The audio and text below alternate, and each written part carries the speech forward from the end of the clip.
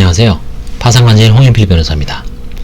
이번 케이스는 이제 우연치 않게 독신으로 살다가 채무가 발생했다라고 주장하는 분한테 사실혼을 이제 관제인이 제가 문답 과정에서 포착을 해갖고 환가까지 연결된 사안입니다.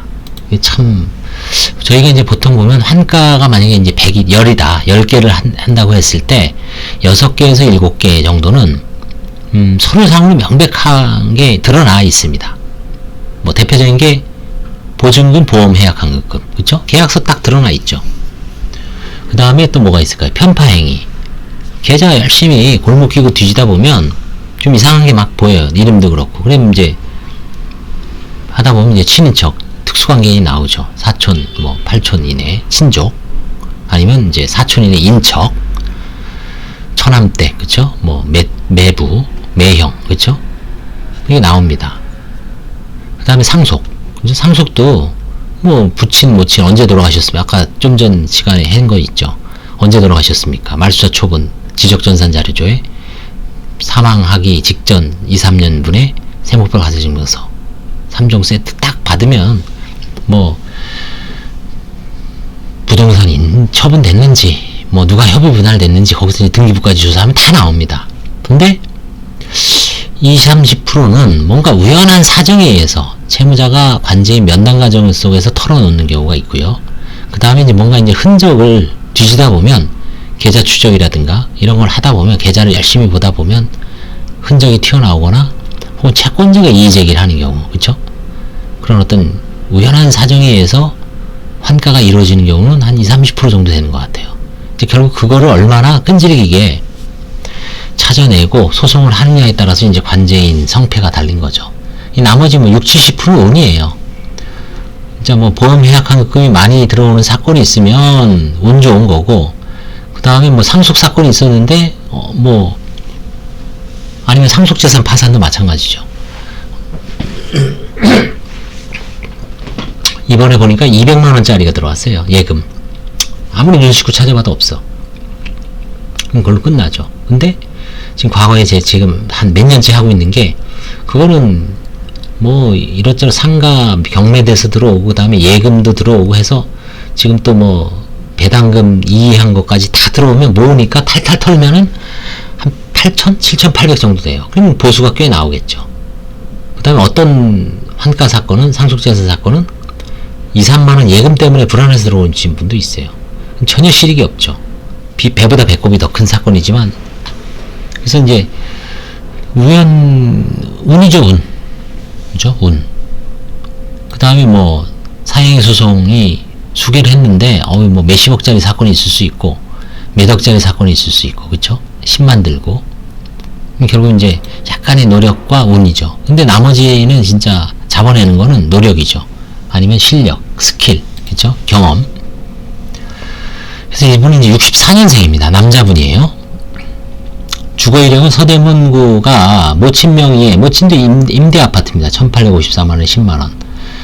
2014년에서 18년도에 다른 사람, 여자 명의로 전세 주거지로 옮겨요. 전세금 6,500입니다. 무상거주죠. 다시 어머니로 와요. 좀 이상하잖아요, 이게. 그쵸? 이게 여자하고 산 겁니다, 이때.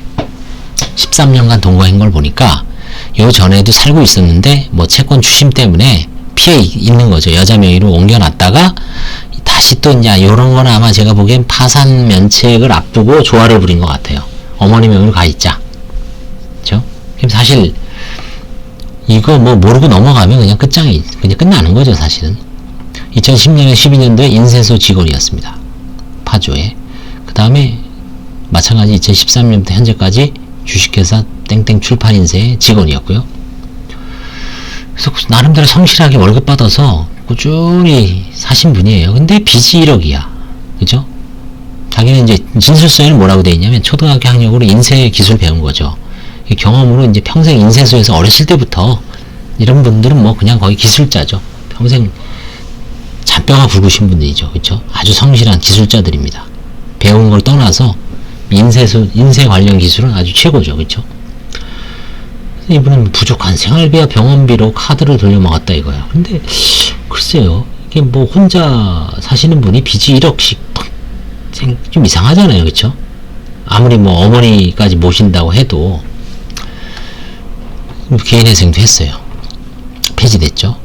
결국은 배우자가 있었던 겁니다. 배우자하고 사실은 털어놓은 거예요. 그 여자, 전세계약자는 같이 사는 여자다. 그쵸? 그래서 이제 최종적으로 13년간 동거했다. 13년간 사실혼이라는 거를 밝혀냅니다. 제가 붙이는 업무도 2014년 4월 20일 보증금 6,500만원에 이 임대차 확정일자서 내지 이제 등기부등을 발급받아서 제출하시오. 그래서 이 여자에 대해서 채무자는 13년 동안 동거한 사실혼 배우자라고 이제 인정을 했어요. 그래서 이 배우자가 2017년 9월 13일 부동산도 삽니다. 1억 8,800만원에 여자 명의로.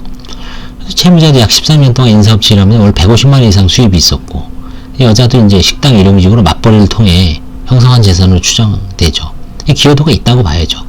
서로 많이 못 버는데 여자 명의로 8,800이 있으면은 둘이 같이 벌어서 뭐 한쪽 거는 다 저축을 하고 한쪽 건 생활비로 하고 그 다음에 대출 받으면 몇 천만원 형성되죠. 그렇죠? 보통 일반 부부. 채무자는 뭐 채무자도 아마 이 여자와 동거하면서 자기는 수차례 사업도 한 거예요. 사실은 그때 뭐 말아먹고 그 다음에 뭐 술 많이 먹어서 자기도 크게 이제 피해를 입혔다고 했는데, 일정 정도 이제 배우자의 재산에 대해서 기여도를 인정해서 제가 800 정도로 이제 환가를 했습니다. 큰 돈은 아니지만 뭐 이제 이런 뭔가 사실관계가 신청서하고 너무 차이가 나고, 그 다음에 개인회생을 했고 혼자 산 것 같지는 않고, 그쵸? 그 다음에 그 배우자 명의로 전세금도 있고 집도 사고, 그쵸? 근데 그 집이 뭐 1억 8,800 중에 이제 대충 뭐 한가 가치는 한 7, 8천 배는 안 되죠.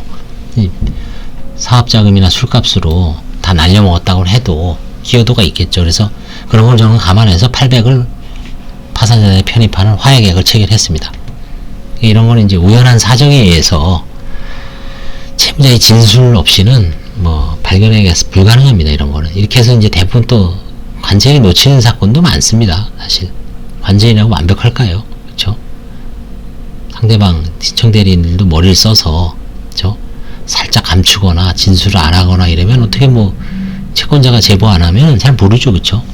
관제인이 뭐 더구나 지금 서류도 점점 줄이고 있는 추세 아니에요. 14종으로. 그렇죠? 부모 거 일단 안 보고 자식 거 안 보고 일단 배우자도 뭐 등본에 같이 있는지 없는지 별걸 하는지 안 하는지 배우자도 원칙적으로 안 보잖아요. 지금은. 그렇죠? 의심 날 때는 이제 뭐 옛날에는 다 일단 상속부터 다 확정돼서 왔죠. 그래서 사실 놓치는 경우가 되게 많아요. 놓치는 경우가 많을 가능성이 높습니다. 뭐 그게 채무자의 갱생을 위한 어떤 불가피한 선택이라면 감내하겠지만, 채권자들 입장에서는 점점 그 정보 보호받는 게 제한되어 있죠. 문제가 될 수 있지만 일단은 파산 면책의 문턱을 낮춘다는 의미에서 뭐 13개 이번에 조사를 했는데 그래도 8개가 튀어나와요. 사실은 아무리 줄여도 근본적으로 어떻게 흔적을 싹 지우고 파산 면책을 받을 수는 없죠. 그렇죠?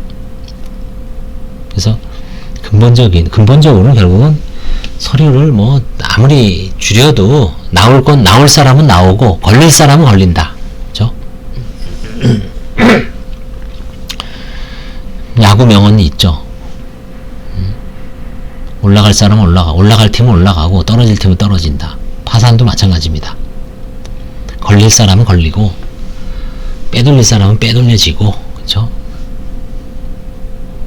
그래서 이 나름대로 관제인 면담이 상당히 중요합니다.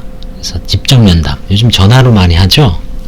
전화로 하면 좀 답답하죠. 뭐 전화로 저도 이번 달부터는 이제 직접 면담으로 전환을 했습니다. 코로나 1단계이기 때문에 1단계에서 그러니까 13개 중에 면담 딱 하니까 벌써 한 7, 8개가 아주 속 시원하게, 그쵸? 깔끔하게 시인하고, 그쵸? 그럼 대책이 뭡니까? 그럼 서로 이제 대화도 되고, 그쵸? 근데 그걸 만약에 전화로 했으면 한 서너 개 뺄이 결국 나중에는 발견하겠지만 일단 힘이 들죠. 그쵸? 근데 대면 딱 하면은 일단 화끈하게 다 인정할 거 인정하고, 그렇죠? 그런 측면이 있기 때문에 대면 상담을 관제는 하려 그래고, 그렇죠? 채무자들은 신청대리인들은 어떻게 해서든 이제 좀 덜 적어서 내시려 그러죠. 뭐 누락이라고 얘기는 안 하겠지만 어떻게 해서든 좀 덜 적어내는 게 유리하죠. 그렇죠? 밑줄 고주알 다 쓰다 보면 말만 하다 보면 걸립니다. 그래서 말을 좀 가급적 절제하고, 그렇죠? 신청서도 한 2장, 진술서도 한 2장 정도. 7, 8장 써요. 거기에 다 나와. 오만 잡다구리 한 게. 그렇죠? 그래서 그런 걸 참조하시기 바랍니다. 감사합니다.